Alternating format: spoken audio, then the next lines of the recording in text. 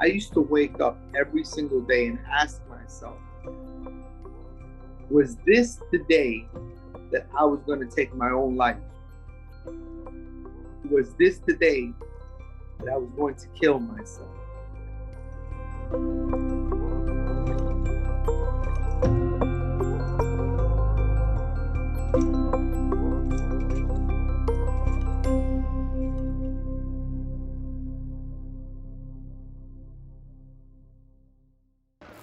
Lawyers say the confession was coerced.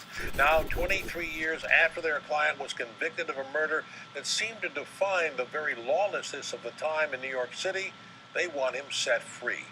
22-year-old Brian Watkins was an avid tennis fan. He and his family came here each year from Utah to attend the U.S. Open. Back in 1990, the family was on the way to a post-match dinner when they were attacked by a gang of teen muggers on the 53rd Street subway station. Watkins was trying to protect his mother when he was stabbed to death.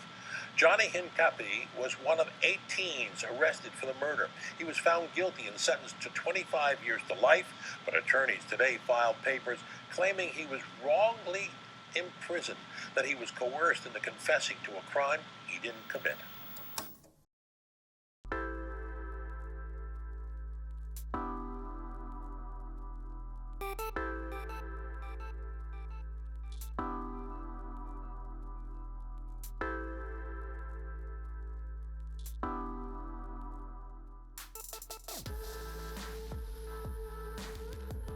I was arrested because one person in the group knew me, and when he was questioned, they asked him that he needed to know if he had the names of the people that went out with him that night. They never asked him in the beginning names of the people who committed a crime with him.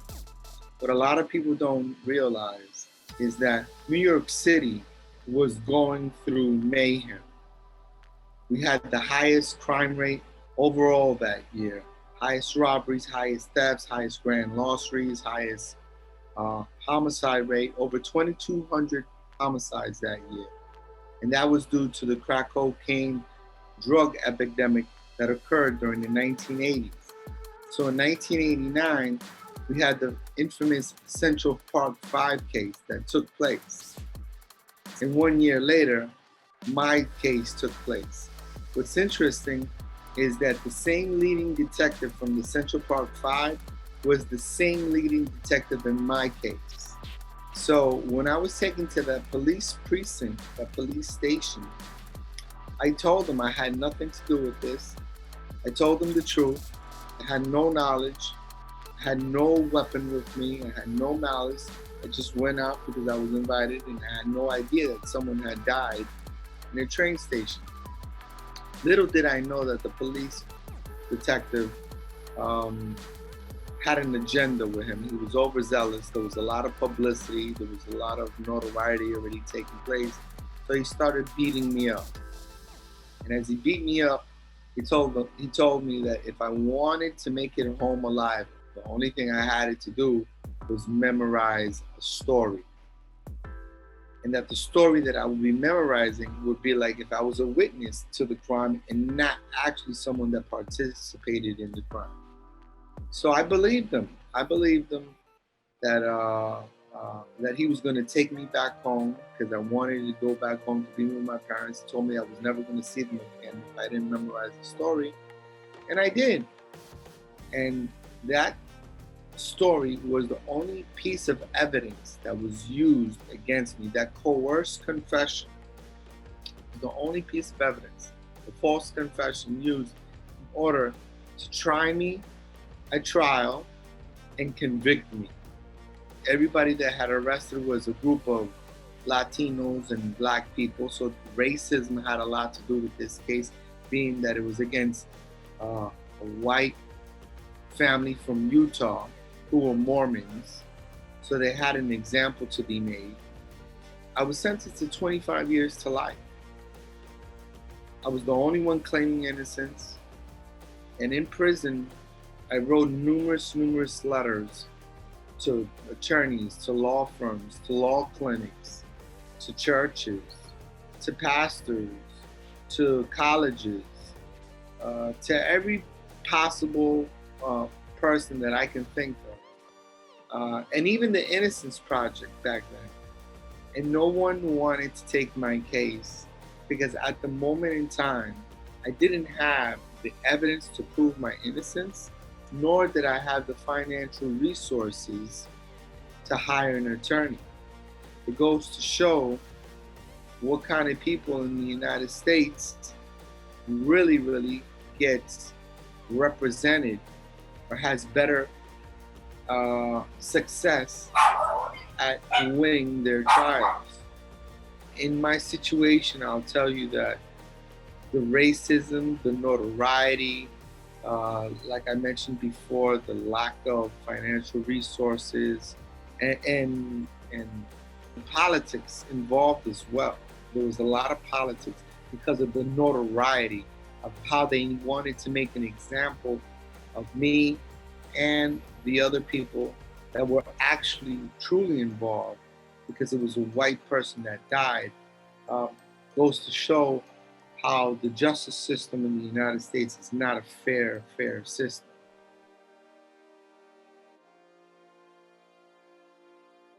The demographic makeup of the jury primarily was all white. There was only, I believe, one African American who actually was Latino, and one other Latino, but it was all white other than that, from Manhattan.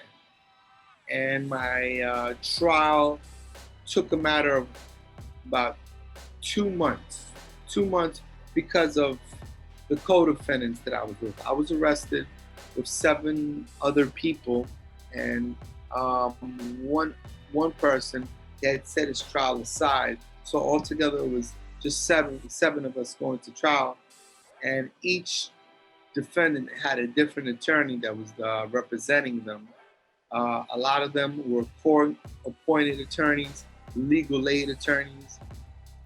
So basically, this was the very first time that these attorneys had handled a case with such publicity, such notoriety. It meant a lot for them.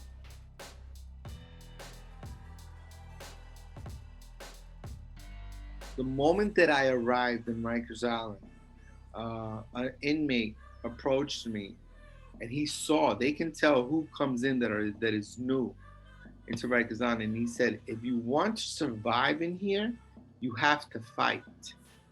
And I'm saying to myself, I'm asking myself, why do I have to fight? I'm not trying to get into any problems with anybody. But he basically said that was the ambiance that was taking place in Rikers Island.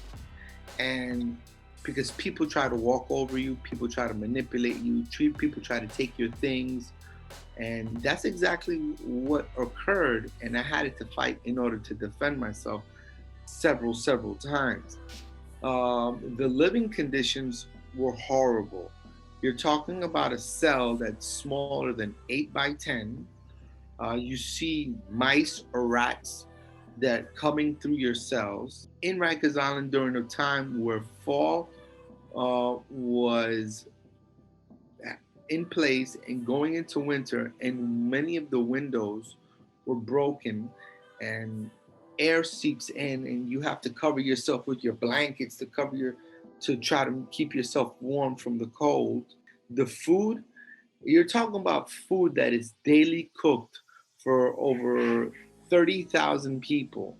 30,000 people on a daily basis. They get bags of rice, they get bags of meat, and all they do is heat it up, and then they serve it to you. I used to find pebbles of rocks in some of the rice or meat that I was eating. That I used to find in my mouth and take it out. So the conditions are horrendous. The conditions are horrendous. The officers there are corrupted. I was beat up by officers over there more than once because of the notoriety in my case. So Rikers Island was not a happy place to be in, and nor was it a safe place to be in, or nor was it a clean place to be in.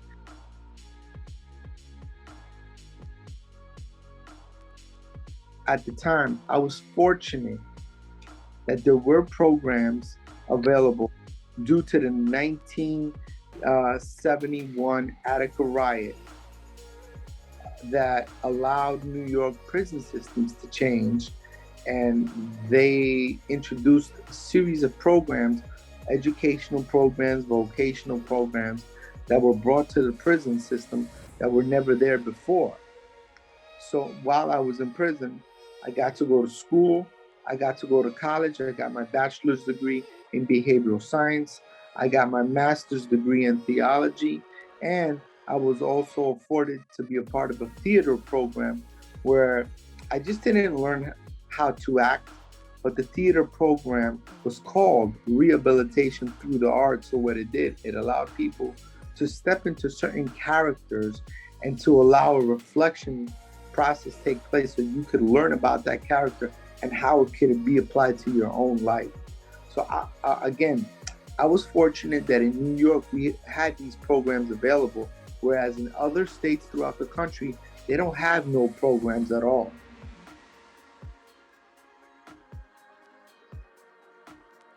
Hope for me was a big, big thing.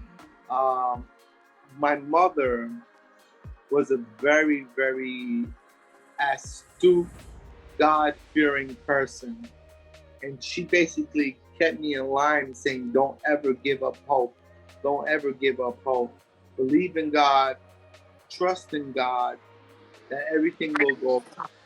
I used to like tell my mother, how do you expect me to believe that everything is gonna go right? Or ask God, saying that everything is going wrong for me. But I maintained my faith, prayed every single time. I was holding on to a thread.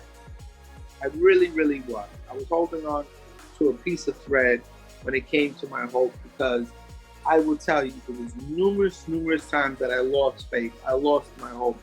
I used to wake up every single day and ask myself, was this the day that I was going to take my own life? Was this the day that I was going to kill myself? Because, again, keep in mind, um, my appeals had been denied. I had no evidence at the time. Oh, the only attorneys that I had were court-appointed attorneys, and time was just consuming. I went from going to having 5 years in prison to 10 years in prison to then 15 years in prison. And I didn't know if I was going to make it out alive. I didn't know if I was going to make it through another day. There's a saying that goes that everything happens in God's time, and God's timing is perfect. And it did come out to be perfect, because when the two investigators, the journalist and the ex-director, commissioner of the parole division, investigated my case, and Ron Cooper, the attorney, took my case pro bono with the guidance of Barry Scheck. Um, Everything went perfect for me after that. All the evidence, having a good judge, and then being exonerated. So hope was a mitigating factor and a very important ingredient in me staying alive throughout my incarceration.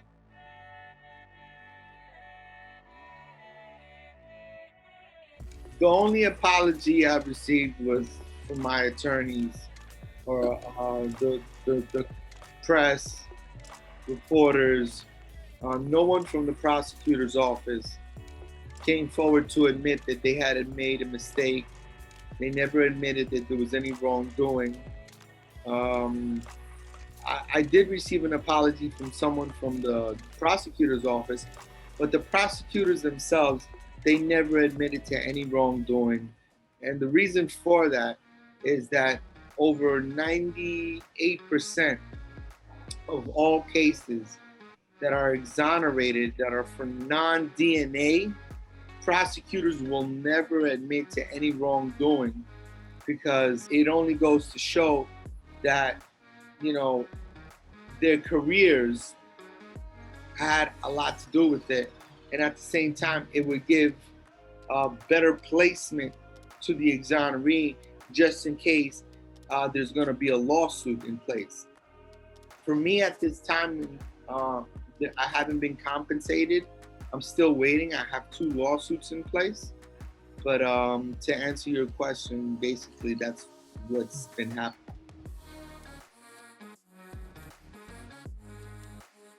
In New York right now, there's a bill, and I believe this bill should be a bill all throughout the United States, because there are numerous exonerees that are exonerated, and how do they start over?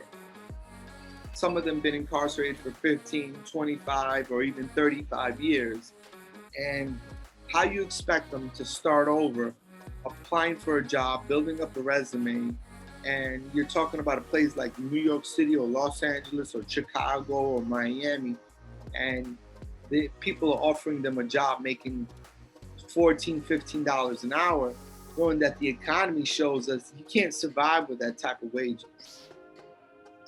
So they have a bill in place right now in New York, what they've been trying to fight, that if somebody does get exonerated, they could have a fund so they can give an allocation amount of financial services to the exoneree.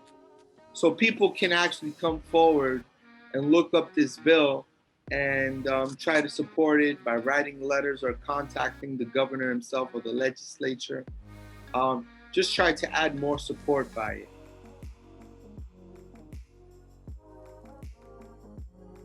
I hope that I made a difference today with each and every one of you with everything that I said.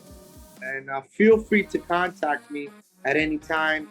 If you want to ask even further questions, you can follow me on Instagram. My Instagram is It's Johnny H72. You can see basically what I've been a part of through there, what I go through in my life. And you can DM me and ask any more questions about the criminal justice process. Feel free to reach out to me anytime. And thank you so much for having me as your guest speaker today. Thank you. Thank you very much. Great.